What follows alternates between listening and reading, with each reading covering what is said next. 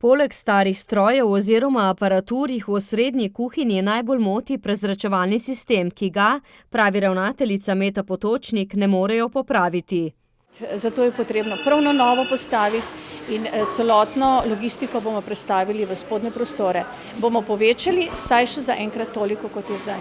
V kleti je dovolj prostora, nekdaj so imeli pralnico, zdaj tam skladiščijo stvari. Obratuje pa tudi dietna kuhinja za pripravo 40 obrokov. Novo kuhinjo težko pričakujejo. Ta projekt je bil izdelan že leto in pol nazaj.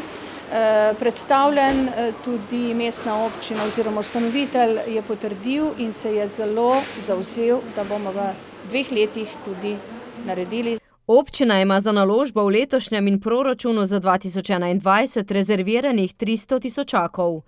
Jaz verjamem, da bo v tem letu čim hitreje zagotovljena vsa dokumentacija, pridobljena dovoljenja in potem seveda lahko se tudi gradnja začne, verjetno pa je to pred koncem leta bo težko.